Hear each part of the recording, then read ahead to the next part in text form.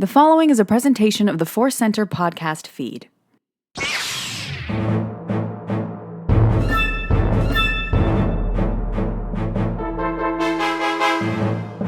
As Obi-Wan Kenobi once said, hello there, and welcome to Databank Brawl, the podcast where we learn about Star Wars characters, discuss them, share our little feelings about those characters, and then make the characters fight for our amusement, and hopefully yours too. I'm your host. My name is Joseph Scrimshaw. With me, as always, is a little bit of whiskey and a lot of Ken Napzok. Happy to be here back with an old friend. Yeah, sometimes our recording schedule puts us in before lunchtime, and that's a depressing spot to be without our friends on the show. Whiskey. We're really kind of pulling back the veil. Our last episode was recorded right before this, and we didn't have whiskey, and now, a pizza later, the whiskey has appeared. Magic. We are lucky to have two great guests. Last week we had guests, or 10 minutes ago from our recording perspective, we had some great guests from Pencils Parsecs. We have more different great guests from Pencils Parsecs. We have, returning to the podcast, Emma Fyffe. Hello. I'm so happy to be back. It's been a while. Yeah, this is so great. And this is, Facebook told me this is one of our podcasting anniversaries. Oh, is Emma. it really? Yeah, the episode you did of my podcast, Obsessed, came out 2 years ago today. Oh, that is Isn't great. that nice? It's so nice. It's nice for Facebook to remind me how fast time is passing. And brand new to ForceCenter and Databank Brawl, it's Kym Canon. Hey, what's up? It's my first time. May the Force be with me. The Force will be with you. It will be. The Force is with everyone on this podcast. It's great. So we got to hear a little bit last week about what Pencils Parsecs is. You guys are both players on the game, so I thought it might be fun for some of our listeners to hear a little bit more about your specific characters that you play in the main campaign. So, Kym, all right. who do you play on Pencils Parsecs? I play a character called Io Corvica. She is a former child slave turned professional assassin. Nice. Good career she's path. Mary Allen. So she's a lovely shade of green with even lovelier face tattoos. And at this point of the story, she is, all right. Well, at the beginning of the story, let's go there. Yes. She's just joined up with this motley crew of renegades, if you will. And she's got secrets. That's all I'll say. So she's an assassin, right? So what are her weapons? Since this is Databank Brawl, how does she kill? Well, herself. Well, I've always said, everything you think what a Mary Allen assassin would be, don't. Ooh. Yeah, don't. On the surface level, she blasters knives herself. I like Sarcasm. that. Those are her main weapons of choice. She kills with words. Yeah. That's right. What do you use as a weapon, and what are you in touch with? Blasters, knives, myself. That's But great. I've always said, whatever you think that may entail. Oh, man, you are good at selling the show, because now there's the mystery of how will the killing happen? And Emma, are you a killer on Pencils Parsecs? I am not. Actually, my character, so her name is Kilara Faye, and she is... But she's got kill right in her name. Oh, I know, but it's spelled with a Y. Okay. Yeah, like you do in Star Wars. Yes. It's like on a previous episode, Joe Starr was making up a alias for his character for like a fake ID, and he said his name was Fred Jenkins. And we're like, really, bro? That's not really a Star Wars name. Yeah. So we altered it. Yeah, so he added some Y's and an apostrophe in there. Oh, nice. Right? Oh, yeah. Yeah. Good. Yeah. Star Wars up Fred Jenkins. But anyway, Kilara is from Mandalore, but where the time period is in our game, it's set between New Hope and Empire Strikes Back. Nice. So when she was a child on Mandalore, like when she was really little, it still was during the reign of Duchess Satine. So her parents were very hardcore supporters of Duchess Satine, new Mandalorians. So pacifism. So she came from a pacifist background. However, she didn't necessarily agree with that. And so she ran away from home when she was like a teenager. Details of that on the show are still vague. Obviously, I know what they are, but I'm not going to reveal all of the specifics. Ended up in the company of a pirate crew. So she was like a pirate for a little while. Oh, nice. And then following an event with her previous crew, she now has a massive bounty on her head. She is separated from all of her old crew members and has this new crew that she's kind of in charge of. Nice. Yeah. That's great. Both of your character descriptions end with ellipsis, which is perfect. Yeah. And so we'll Here's the find thing, out. we have both spent a lot of time Yeah. developing our characters. Yeah. I A little too actually much time, in went fact. through the galactic timeline the other day and Yeah. literally made my own personal timeline. Oh, yeah, like what was on the HoloNet when she was 13. What would have been Exactly. formative. Yep. Yeah, that's Yep. amazing. But that's part of the fun of what you can do with Pencils and Parsecs and all these kind of RPG games stuff, that are now Yeah. kind of emerging as a great form of entertainment. And so I imagine it's not only fun, Kim, but like you're able to kind of craft your own story and pull stuff from it. Absolutely. On our last episode, we did make mention a couple times that I sent Bert, our GM, about Yeah. 12, 13 pages of backstory. Nice. Nice. Good. Good for yeah. you. I love people who do their homework. And I'm still updating it, and I'm still sending him Yeah. even more detail on top of that, just because I'm weird like that. That's awesome. Awesome. Well, I want to hear a little bit more about how you're weird. Yay. I assume some weirdness will come into this, course, but yeah. how did you begin your Star Wars adventure? Just give us a little picture of, where you started and where you are now with Star Wars. Oh, sure. I could tell you exactly where I started. I started with my Star Wars adventure being turned off by Star Wars. Oh, wow. Yes, my very first exposure to anything Star Wars was when I was about 5 or 6 years old. I was at my uncle and aunt's house, and Okay. everybody was watching Return of the Jedi on VHS. Yeah. However, I walked in on them watching the last 20 minutes of Return of the Jedi, specifically the scene where the Emperor was zapping Luke with Force lightning. Yeah. Okay. And Luke is on the ground screaming in agony, and Yeah. Vader's looking on, and I immediately thought to myself, this isn't for me. Yeah. I turned around and I left the room. This is torture Yeah. porn where a Yeah. child is just on the floor screaming, "Father, please." Father, please. when that lightning with no hits context. his teeth. Yeah. The lightning Yeah. hits his teeth. Teeth. It's Yeah. I You can have feel this that. Yeah. vivid memory of tiny 6-year-old me seeing Palpatine with his teeth basically Yeah. electrified. Yeah. And I just thought, whatever this is, I don't like this. Yeah. And I didn't pay gotcha. attention to anything Star Wars until I was in junior high when, admittedly, that's when the special editions came out. Yeah. Oh, But it was I can't truly hate, they're not good, but I can't truly hate on the special editions Yeah, because no. that was the very first time I saw any sort of Star Wars anything in a theater.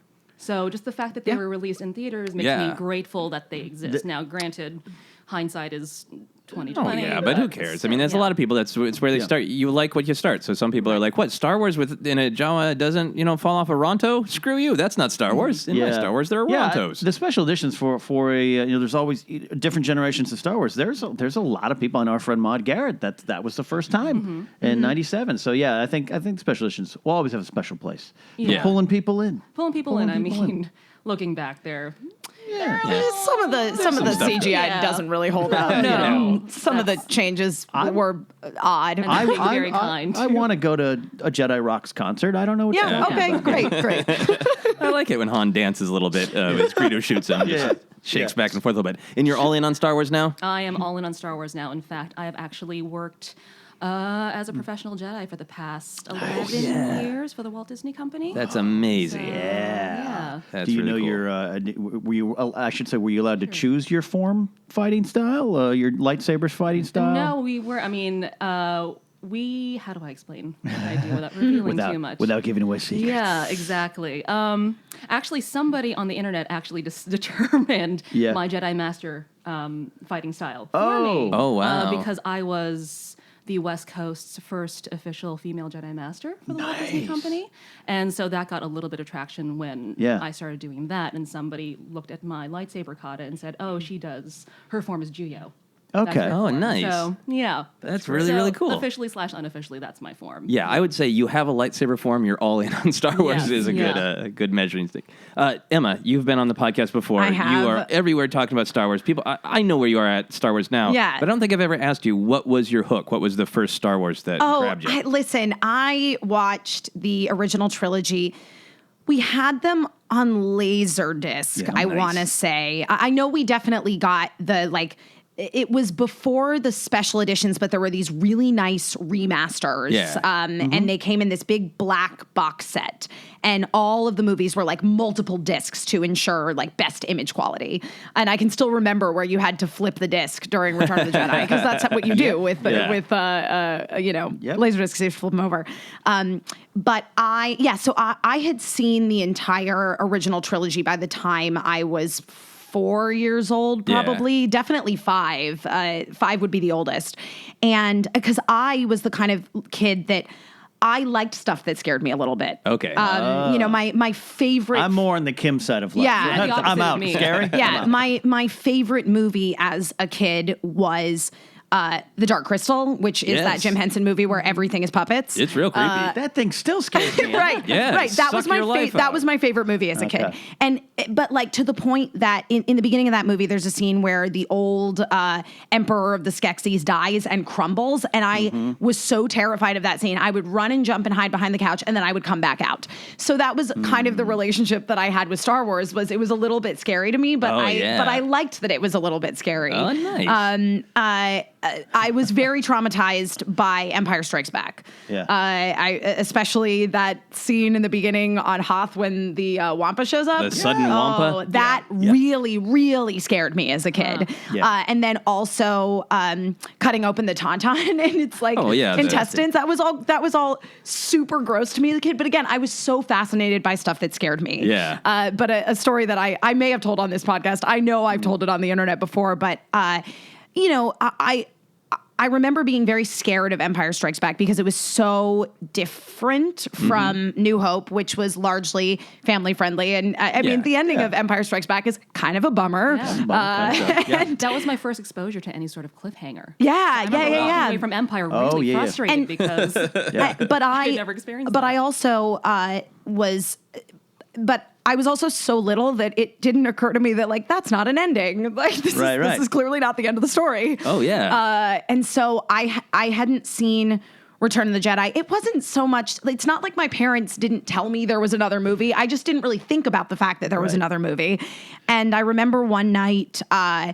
I was in my little brother's crib because my brother's 3 years younger than me. So I was like, I used to sneak into his room and jump into his crib and play with him and convince him that the people that his reflection in the mirror was another baby because he had a mirror in his crib. Gives you like terror, yes. Yeah. And then I like jumped out. I was going to go to my bed, which was further down the hall, and our sort of rec room is what we called it, which was our room where we had all of our, our nice TV and sound system. Yeah. And my dad is really, really a cinephile, I don't think is really the right term for my dad, but he likes to have a nice movie watching setup. And so I heard sound coming from that room, and my parents were watching a movie. And so I went in to see what they were watching, and they were only at Jabba's palace at this point. I mean, a good chunk of the beginning of Return of the Jedi is Jabba's palace, but I remember seeing the first vivid memory I have is seeing Salacious Crumb and sitting down, and then I was looking and I saw Lando with that helmet on, and I was like, that guy looks kind of familiar. Like my parents didn't tell me that it was Star Wars,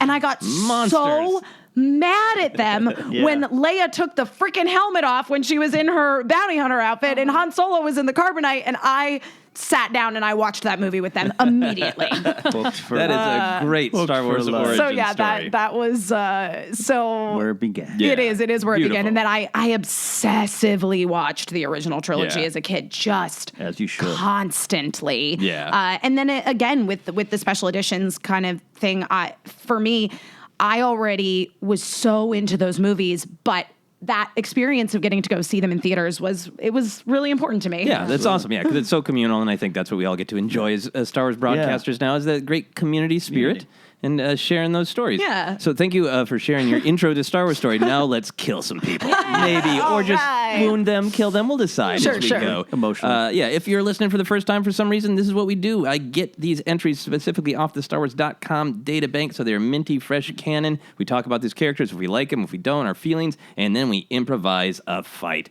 So here we go. Are you ready for your first combatant? So ready. All right. Our first combatant is that beloved Star Wars character, PZ-4CO. Everybody knows this guy. PZ-4CO. Here's what StarWars.com databank has to say. Built to resemble the long-necked Tophalid species, PZ-4CO is an invaluable intelligence droid based at the Resistance headquarters Yes, on Dakar. I do know what this one is. Despite her hulking appearance, she speaks in a pleasant voice, offering tactical data and communication support during operations. PZ and C-3PO often work together to monitor the Resistance galaxy-wide network of droid agents. So, yes, PZ-4CO is one of these characters that people don't know by name. They didn't buy her action figure much when it came out in Force Awakens. It's still on shelves to the day that we're recording this. But everybody kind of recognizes her visually because she's quite striking. Yeah. She's like a weirdo C-3PO with a giraffe neck and maybe on steroids. Kind of blue. Yeah, she's got some shoulders. Like, Yeah. she's she does. Yeah, and I Sort of like that look. they acknowledge that despite Yeah. her hulking appearance, she speaks in a pleasant voice. Yeah, absolutely. 2.06 meters tall, feminine programming, plating color blue, and equipment. She has a holo recorder. Oh, yeah. Works closely with Lieutenant Connix, Billy Lord's character, of Yes. course. So, yeah, that's a good... we love our weird droids. I here. do I'm love looking yeah. at a picture of her with Billy Lord and Carrie Fisher right now. Yeah. Yeah, and one of the reasons I've wanted to have her on for a long time is she's one of the characters that they tried to use as a framing device for the Journey to the Force Awakens books. Yes. The Leia book, Moving Target. PZ-4CO's job is to record important history of the rebellion.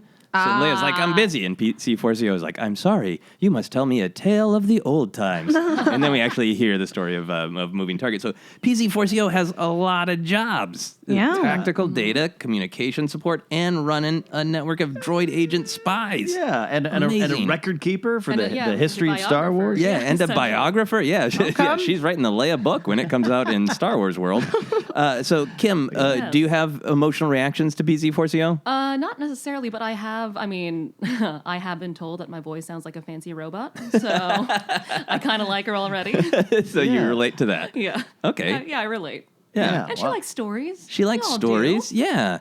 And she's got a strangely emotive, she's just a droid, but like you see her going with Leia in The Last Jedi after Leia has Yeah. been picked up from the floor. And she looks like she's so concerned about Leia. Yeah. Or PZ. That's true. Yeah. It's very And I emotive. also now can only picture Kim as a droid now. now that I've had that place. You do have a very pleasant, but not an authoritative tone. Fancy robot. Fancy robot, robot. yeah. Yeah, because like you're being very nice to me, but I feel I should do what you say. Yeah. You got some sci-fi in your voice. That's good. That's good. Emma, do you have an emotional reaction to PZ-4CO? I kind of do, and I think it links back to what you were saying, Joseph, about the framing of the Leia book and the fact that she is this collector of stories. And I always like when they specify that a droid has female programming. Yeah. You know? So I like that she's a collector of, because to me, the concept of collecting all of these important stories about the history of the rebellion, that in of itself is very emotional. It's, I mean, that's... It's also very much against what, say, the Empire was doing. which Totally. was trying to suppress or destroy. Right. Yeah. Erase knowledge of history. it. Yeah. Book burn. Yeah. PZ comes in and is like, yeah, let's take care of this. Ken, how do you feel about PZ-4CO? I love the weird droids in Star Wars. I love that like you said, you kind of recognize them by face first, name Yeah. second, and it's what I love a lot about what Force Awakens did is bring some familiar. This is a protocol droid. It even has that 3PO like center we're used to seeing, but then it changes it and gives us something different. And I'm ready to see how PC will do under pressure. Yeah, I mean, I love her because I read the book, I saw the action figure, so Right. going into Force Awakens, I was like, I hope I see this droid somewhere. So it was like that fun experience of looking. I was on the lookout for PZ-4CO Right. from the beginning, and I also just look like, I like designs that look like, why would anyone make this? Because Yeah. she's real, the hulking appearance, yeah, but she's got that really long, weird neck. Like, is that where her recording data lives? Is that how she got a server in there? What's It almost looks like, when you're designing toys or figures and you kit bash, they call it, where you Yeah. take different frames and put and weld them together Yeah. or meld them together. Yeah, it looks a little bit like that.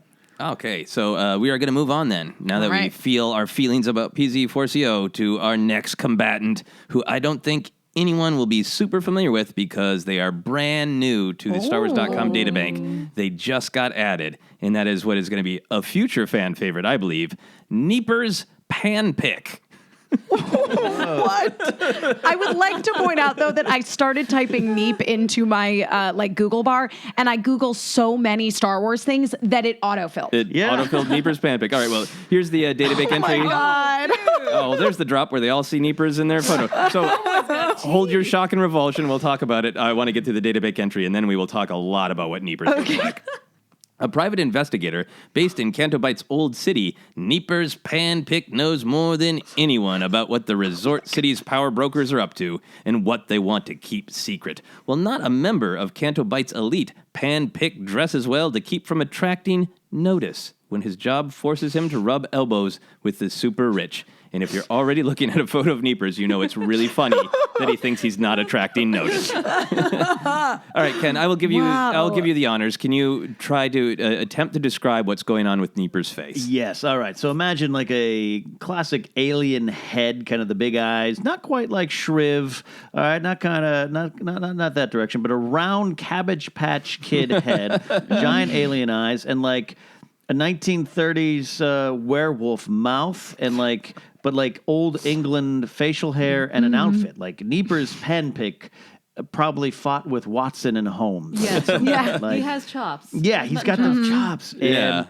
And big, meaty hands. Oh, yeah, look at it. yeah, There's they a are. sausage fingers. There's there. a Star Wars card where he is touching himself with his Yes, big, meaty yes. hands. That's a hell of a thing. He's like, Wow. almost like, I do say. Yeah. Oh, my God. And I believe, I think the key thing that I want to be canon, because it's true in every single photo of him, his mouth is permanently open as though he is being goosed. And you can see his little teeth. Yeah. His mouth is in a That is permanent O amazing. shape.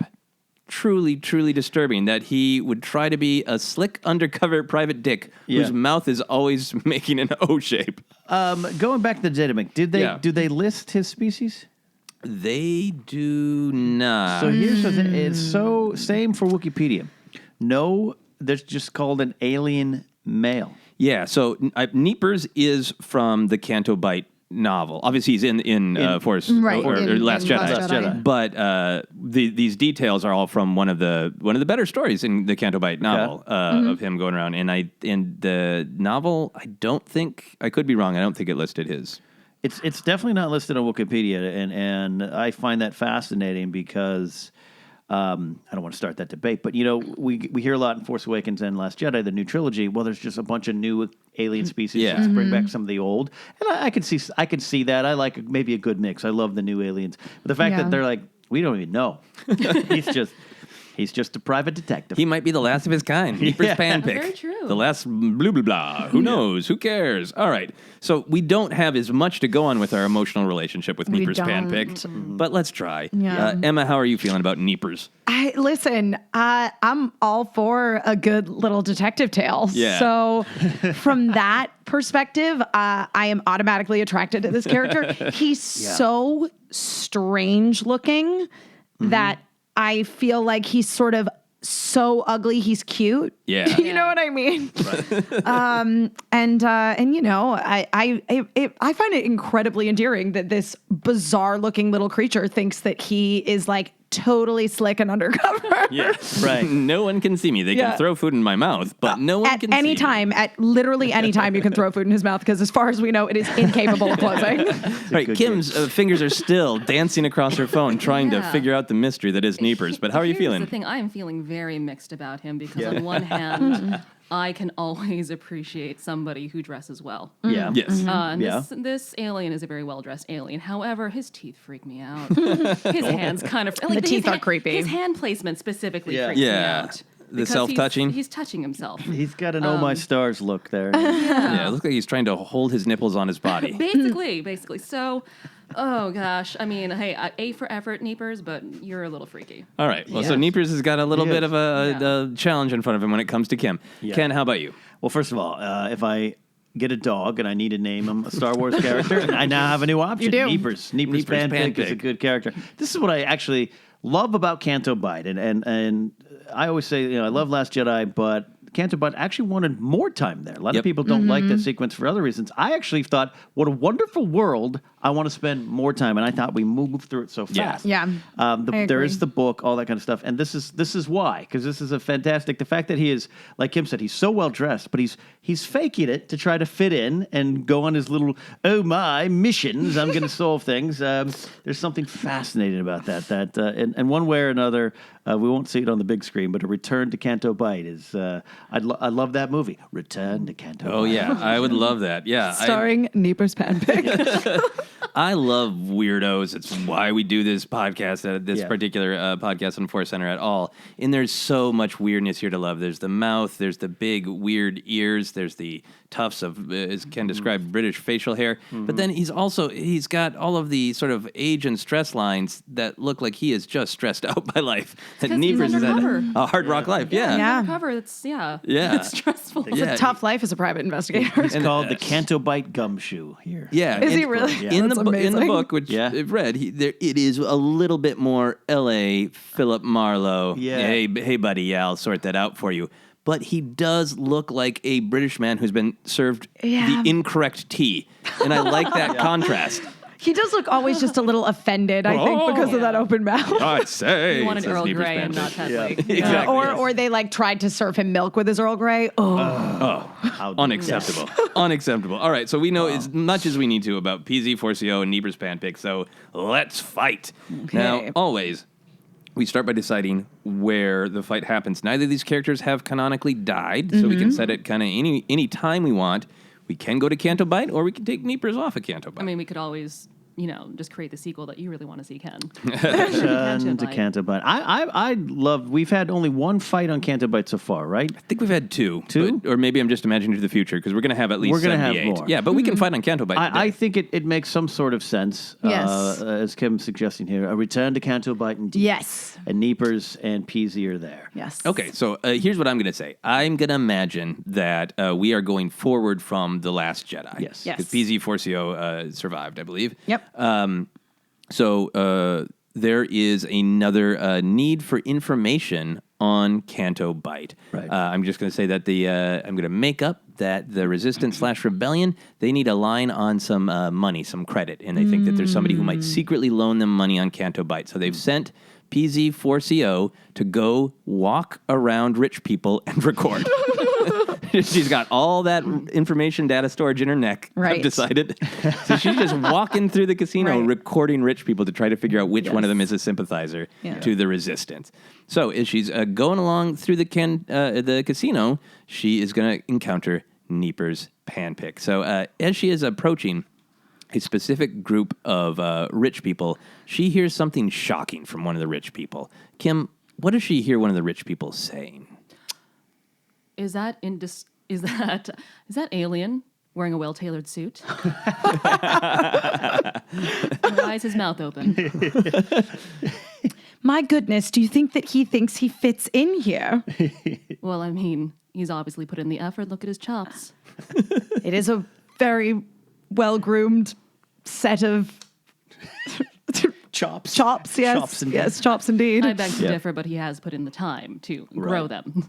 So PZ-4CO leans in and realizes this is a conversation worth following up on. So she leans in and says, "Excuse me, may I ask? I'm looking for a well-tailored person. May I ask of whom you are speaking?"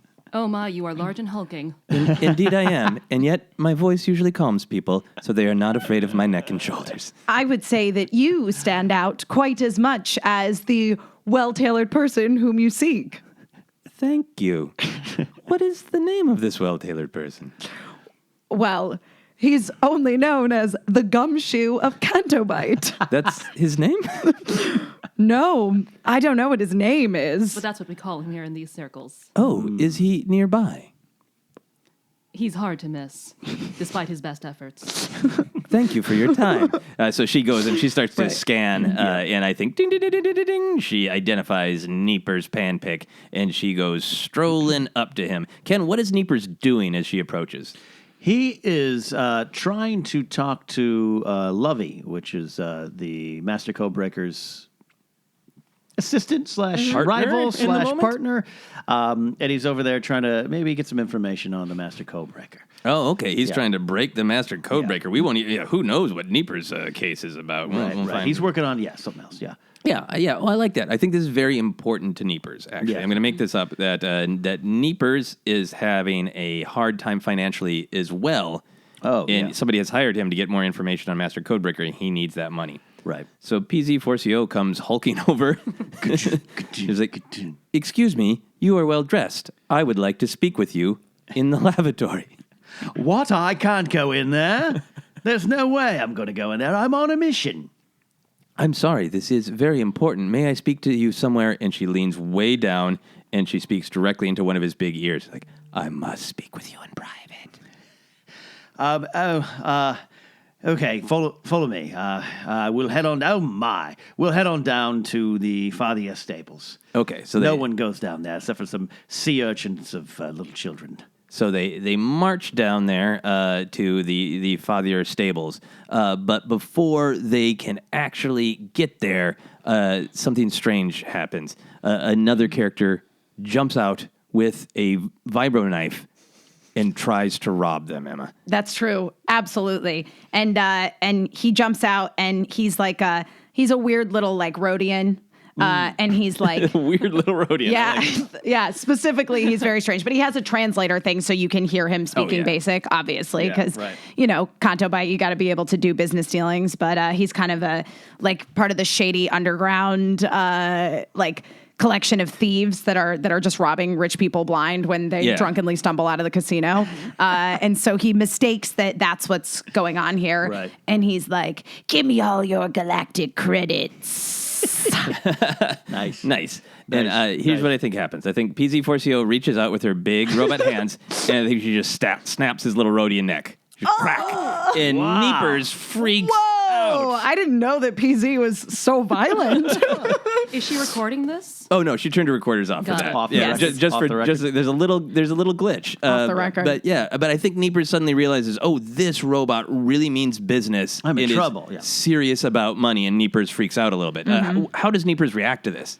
Neepers grabs his nipples as he's wont to do. And I think backs into a wall because Neepers realizes he's in way over his head. Yeah, because it's like a little pathway that they're walking down, so there are like walls along the they're in a side. little alleyway? Yeah, they're in Yeah. like an alleyway. I mean, that's Dark where alleyway. creepy thieves hang out. Yeah. So Yes, absolutely. I love that would be the Absolutely. natural reaction of whatever species Neepers is. It's like when you're frightened, back against a wall and hold your nipples, and everything will be okay. And I would say that his jaw drops open in surprise, but it's already there's No, So yeah. it's all open. And what is he's backed against the wall in shock and horror. What does he say? He's like, I will not let you kill me. What are you doing? You can't. I'm Neepers Panpick. I have very important work to do.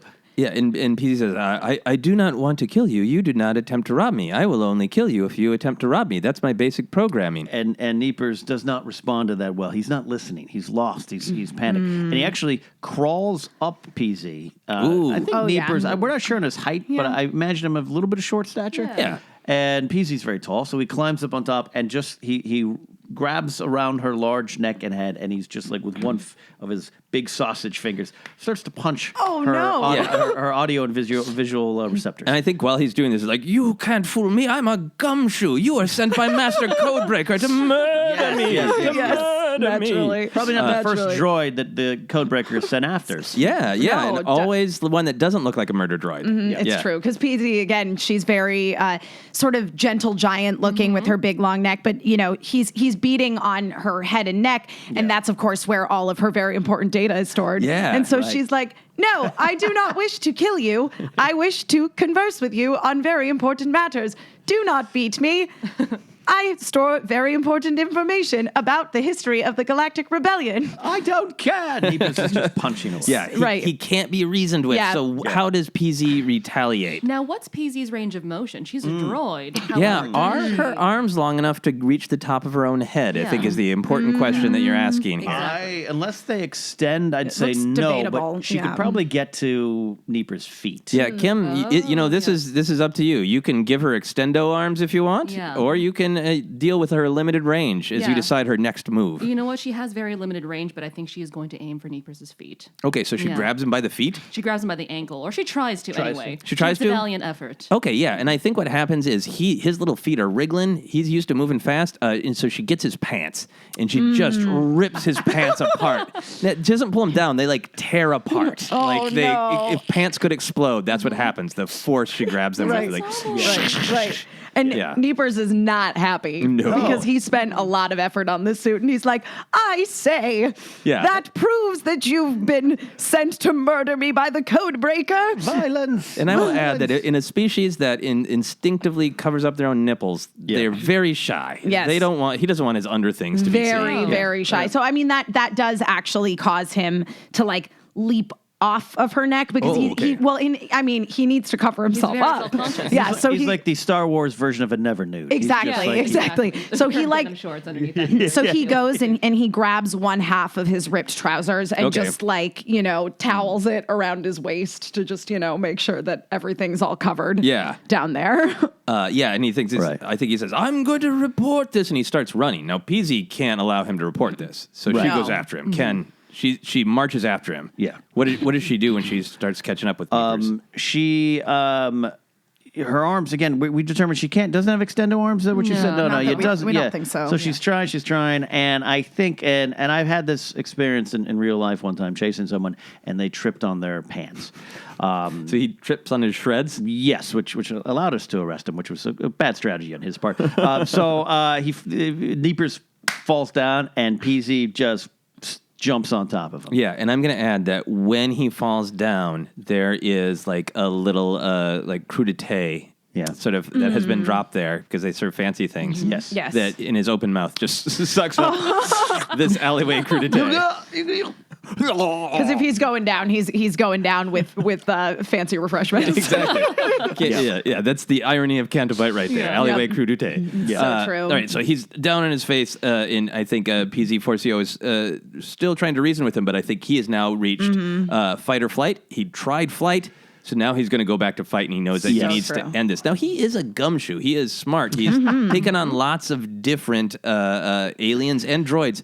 So I think he whirls around. He's still on the ground, but I think he takes just a second to, in those big eyes, study PZ-4CO and think, where is her true weakness? I tried punching her head. So it looked a little wobbly, but where's her weakness? When he scans, Emma, where does Neepers think he sees a weakness? Surprisingly enough, or maybe not so surprisingly, because, he scans the body, and obviously she does have this very big head and neck situation. And it, in theory, you might think, oh, that's very vulnerable, that's very exposed. But the real problem with PZ is that she's actually incredibly imbalanced. She's super top heavy. Yeah. So Yeah. it's actually her left ankle specifically. Okay. that. Yeah. So I think that he reaches for the alleyway and he's trying to find something to grab to whack her in that left ankle. Yeah. Kim, what does he find as he grasps in the darkness? Actually, what he does, because it is so dark, he can't find anything. So he uses his natural resources, which is that fine set of teeth that he has. That is always, and I think he just instinctively tries to nip Just at her gnaws ankle. on her Okay, ankle. so he tries to bite her ankle, her droid ankle, with such force that it will malfunction and she will topple over. That's the Yes. plan. yeah, and I think, oh man, this noise is just painful. Oh, yeah. It's like Oh yeah, we were talking about lightning and teeth. This Yeah. is a far worse sound. Remember when Obi-Wan tried to kick Grievous in the shins? Yeah. He actually breaks one of his teeth. Yeah, Yeah. he break one of his teeth go flying out, but with it, a spark of electricity. He's getting a little mouth shocked. Yeah. but it's working. Her leg is starting to burst apart. Totally working. Yeah. But again, I mean, he is getting a little bit of mouth shock, but as she kind of goes down, he thinks to himself, perhaps I can use this to my advantage. And then he goes, because she topples down to one side because it's the Right. left ankle. Left so she ankle. kind of falls and she's going forward. And then he tries to latch on with his currently electrocuted mouth, to her shoulder and transfer that electricity tries and to keeps transfer- this going. Nice, Yeah. nice, He's trying yeah. to use himself as a conductor, And just essentially. as, Wow, as a little cinematic moment, right around here, a couple people walk past, and they actually think that this droid and this sentient being are actually having some sort of weird tryst. Yeah. They think it's I maybe this is a sexual, love affair. and they Yeah. walk away. They're very Well, they've distressed. seen it's one of the rich folk that when the fathers were racing through town, their eyebrows were all up. The one guy's looking. He's got I think got a white scarf on. I think he's just like, this town is getting worse and worse. Yes, First yes. the fathers were racing through here. Now this. Get a room, he yells. Yes, we must vacate immediately and go to Spira or some other fine resort planet. Yeah. Get a pod. I don't know why everyone in Cantobot has They're all vaguely pretentious British. We're all sort of British, aren't we? All right, so those two walk past. Now, so this electricity shocks through kind of the arm region. It numbs out one of her arms. She's toppling over. She's having to try to counterbalance to bring herself up. And I think PZ has a moment of clarity where she realizes this has gone out of control. This person is bleeding, losing teeth, and is still fighting. Yeah. I need to get in control of this. And looking back at her databank entry, she offers tactical data. Oh, yeah. She should be able to analyze this situation tactically and Sure. realize how to try to put Neepers down. So Ken, kind of like Neepers did, she's going to analyze the situation. What does she come up with? She says, look, I must inform you, the chances of you winning are less than 2%. My metallic body versus your teeth, you have a chance of winning. It is 0%. Your tactics are very wrong. They're chaotic. They're wild. They're not thought out. You're not slowing down to think what's happening. Let me show you how to win the battle. I'll show you by winning the battle in a way you should win the battle. And it's like spinning Neepers' head. His like there's too much illogic and logic being thrown at Okay, him. Right. so she's doing the classic thing that humans used to do to computers, were Right. confusing them. Yes. But Yep. she's using it on this sentient character. And she's also she's got some wires Droids are frayed. sentient, She's but- not thinking clearly. yeah, she's Well, not thinking. and I mean, in this whole moment of trying to confuse poor Neepers here, she's very tactical, so she's taken in everything that's happened in their fight so far, even though she was in a little bit of denial about it for a while. And of course, she has come to the realization that Neepers is essentially a Star Wars never nude. And so she just goes immediately for the jacket. And so with her arm that's like not dead, she just rips off the jacket and shirt in like one fell swoop. And she's very, very strong. Yeah, I like this. And I think just to get to the picture of it is she's doing both of these things at the same time. She's looking him in the eyes. She's going on, and then that dangling arm is very subtly reaching down, grabbing the front of the coat, and rips it all away. And now I feel like, Kim, you're really tuned into how Neepers handles his unfortunate body shame. How does Neepers react to this? Well, here's the thing. He, because he is the Star Wars equivalent of a never nude, there is the Star Wars equivalent of denim covering. Duradenim? Duradenim? So again, his hands go instinctively there, but he realizes, oh no, he's got a safety blanket on. Okay, so it's safe. Yeah. He's like, for now. Yeah. For now, but he decides to counterattack because it's given him just enough moment of pause. Safety Yeah, I blanket. think he has also a little vibro knife that is hidden under each nipple for safety in his duradenim. So Yeah. I think he's covering his nipples, and he feels also his little knives like, yes. He whips out the little knives, and I think he just goes to hack and slash in town on PZ-4CO, and I think now she is in danger, and she's kind of stumbling backwards as she's trying to block it, and there's sparks coming off as he's hacking away, and she's swinging, and I think this is a good time to pause our combat, as we always do, and discuss who we think should win. Like, who would really win in a fight, and who do we want to win based on our story and all those things. So, Emma, do you have a strong opinion about the victor? So funny because I was totally team PZ. Yeah. But I appreciate how scrappy Neepers is in our story. Yeah, I mean, he's making some fear-based choices, but he's not giving up. That's great. I appreciate that kind of tenacity. And this is the thing is sometimes you make mistakes, and he's somebody that is being reactionary in a way that is beneficial. You know what I like? Like it is reactionary, but there's a little thought process behind it. Yeah, he has reason to be paranoid. Half the city is after him. Yeah. He thinks he's undercover, but you read any Philip Marlowe story, nobody's ever as undercover as they think. He's getting hit with a sap. Ken, how do you feel? I I kind of, and following with what Emma was saying, I was going with the droid early. She's part of the resistance, right? She's a good guy. She's a good girl. She's a good character, right? She's part of the winning team, or at least what we want to be the winning team. But there's something about Neepers. There's something about his resiliency and just a man about the galaxy doing his own thing. Just kind of, trying to, solve some crimes, do some good on his own small level. I don't know.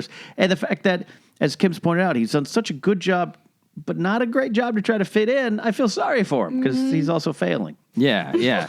How do you feel, Kim? I'm actually going to take the opposite approach, and I'm going to be on Team PZ here. Right. Mainly because, Neepers' tenacity is admirable. However, he is easily thrown by the fact that his pants were ripped off. Right. Or physically thrown by a droid that's a lot bigger and stronger than him. Exactly. But and I also appreciate the fact that PZ can multitask because she was trying to logic bomb him as well as tear off his clothes at the same time. That's true. Yeah. That's true. See, all right, now I have to be the deciding vote, but we fudge with things here on Databank Brawl. I think the hard truth is PZ can physically win this fight. Yeah. Right? Yes. Yeah. So I think that she needs to physically win this fight, but I think that Neepers can have a personal victory within this physical defeat. Yeah. Okay. Yeah. I think that's possible. So I think so. let's tell that story. Okay. So Neepers is hacking away at PZ. She is realizing that, at least for now, my mission to find this rich person I've gone pause. way off the rail. This is not good for me. So I need to end this physically and decisively. Ken, do you have a thought on how on PZ physically ends this combat with Neepers? I think she needs to get as upright as possible. I know she's got some leg and ankle damage. Needs to get upright as possible. And I imagine she's got, because she's kind of top heavy, she's probably got some big feet. I haven't seen a picture that really shows that. Based on her action figure, no. Pretty normal size feet. But she's got some powerful They're metal feet. They have to be. Yeah, she stands somehow. So there is gravity in Star Wars, damn it. Her goal, whether she accomplishes or not here, is to step above his face and crush it. Oh, okay. Well, she is attempting to do that. Okay, great. Okay, so I think what she does is she has she's recorded Rey doing this move. So she's gone into her files of what does Rey do? Rey does surprising things in fights and attacks people's body parts that they don't expect to be attacked. Right. So I think she shoots out her one working leg and she kicks it under Neepers' legs, so he falls down to his butt. Yeah. And she spins, and as she spins, she brings that same leg up to come crushing down. Right. Now, Emma, you're a fan of Neepers. I am. I don't feel like Neepers needs to have his cool head exploded like a melon. No. So how does he get stomped but not head exploded? Well, he has the two vibro knives. Yeah. So what he does is he makes like an X, to shield his head with the Very vibro cool. knives, and so her foot slides, and so she stomps right in the middle of his chest. Oh, yeah. Which is painful, but she doesn't go down with the full force because he blocked it. Because so she slides off his head. Listen, he's not getting back up anytime soon. But in the process, so her foot slides down onto his chest, and that hurts obviously, and it also knocks off his durodenim. Rips open his durodenim. So he makes it. He's exposed in more ways He than is one. so exposed right now. Winded and ashamed. Horrible British noises. Another tooth comes flying out. So she's got him down. Yes. Kim, does she leave it at that? His clothes are pretty much all decimated. He's exposed. He's down. Does she leave it at that and leave, or does she do one more thing to make sure he's out? I think. Oh, no. She doesn't walk away from a fight unless it's done. Right. So her foot is right. So it's gone through the vibro knives. Yeah, Yes? so basically the vibro knives he put the vibro knives in front of his chest. She got thrown off. She still hit him hard in the chest, but kicked him her hard in the foot would be chest, slightly to the side right Got now. it. So what I think she does, she just does a classic body slam and she just lets all of her weight, all hulking with a pleasant voice, just fall straight on top of it. I like that. I think she's been computing that for a while of and at this exact moment, my leg will go out and I will fall down. And then she does. Wham! All right, so this is terrible for Neepers. But Neepers, in this moment of shame and pain and tragedy, finds a way to get an emotional victory. Yeah. or even maybe a financial one. Ken, what is the little bit of victory that Neepers claims in this moment while he's pinned under an angry droid? He has, since he's kind of an old British private detective Sure, thing, yes. he has in his sleeve, where normally you'd have like a little Derringer pistol that pops out, he has like a little like USB type of data recorder. Oh, yeah, nice. And he's able to insert it into her neck. And he downloads valuable resistance information that he knows he can use in future cases. And he's like, I'm glad I thought about that. Nice. Yes, I like this. He jams it in. PZ kind of misses it. Doesn't quite know. It's just like a little irritation. It's a little tiny, Isn't yeah. sure. But he's really good. He jams it in, and it's Yeah. a speed USB because it's Star Wars, and we can Right. make these things up. And he pulls it out right away. USB-C. USB-C, Real naturally. advanced. Real Yes. advanced. He pulls it out, and I think PZ says, "You will never bother me like this again, or anyone else. Do not speak of this. Right. Goodbye." And she makes her. She's kind messed of up. it's like a stumbling kind of a way. Yeah. She only has one functional leg. Yeah, and I think that as she reviews the recording, 'cause she was record. She didn't record when she just murdered the guy, but she was recording this, and she feels bad that she failed on her mission to get some money for the resistance, and she realizes like, oh, maybe if I do some like tasteful digitization and like remove some defining features of us both, I could release this on the dark HoloNet. Yeah. Is an amazing like fight video Right. and make some money that way. And I think this is the story of how PZ realized that she could just go to Canobite, Right. pick fights with random weirdos, and then sell them for money on the dark HoloNet. monetize it. Yeah. Internet famous. Yeah. And General Leia hears about this. Yeah. And is like, Yeah. we've all done what we need to do. It's fine. All right, and to end us out, give us a moral, Emma, from Neepers' perspective. What did Neepers learn this day? You know what Neepers learned this day was that even in your greatest moments of failure, even when you've been completely body checked by a droid, you can still gain small personal victories. And he also got one step closer to being more okay with actually being nude. Yeah. She opened him up about his feelings and emotions. Like, you don't always have to cover your nipples. Yeah. As he's laying there looking up into the stars, he's like, it's not bad. Feeling the wind on his Yeah. nipples for the Yeah. first time. Yeah. Beautiful. Kim, and what does, besides monetization, what does PV take away as a personal growing moment? Oh, what does PZ take away as a personal growing moment? Oh, besides monetization, because that was her. Yeah. I mean, Mission accomplished. Yeah. She's pretty happy with that. But like, she records all these stories, so she reflects. She's, I think, a droid who's really in tune with like, there's a point to a story. Like, so like, great, monetizing, that's a practical Yeah. thing. But what did What she else has learn? learned? Yeah, what Well, did she internalize? From this story, we've gathered that she is very logical. She is very brainy. However, sometimes brawn overpowers brain, and sometimes you just gotta body slam a bitch. Yeah. That is my favorite. That's my favorite moral. It's just like, sometimes kids, you just gotta body slam a bitch.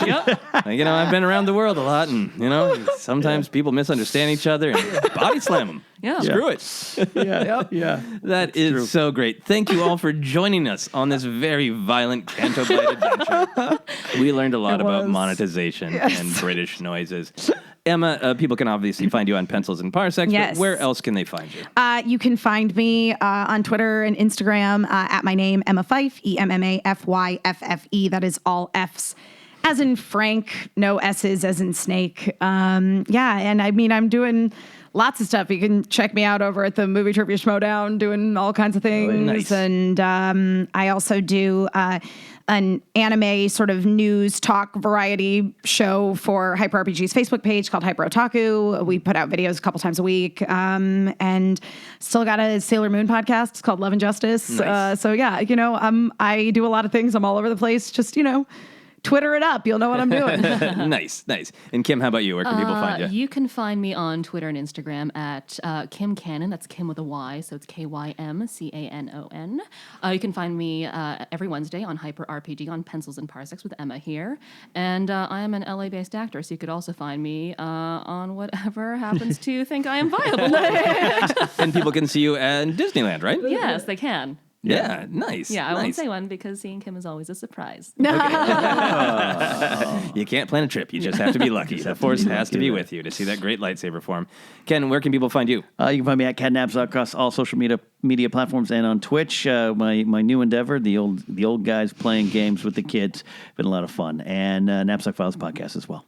Excellent. And we always like to thank Tony Thaxton for our awesome theme music, both the beginning theme and the ending theme. Tony's got a Patreon of his own where he writes weird Star Wars songs all the time, so go check that out. You can also support ForceCenter on Patreon at patreon.com/ForceCenter. We've got t-shirts and stickers and whatnot at tpublic.com/user/ForceCenter. And new, we have a website. It is at forcecenterpod.podomatic.net. We have a page that's our Databank Brawl Databank, which lists all our fights, all the winners, and weird details like Neepers being a never nude we'll probably throw up on there.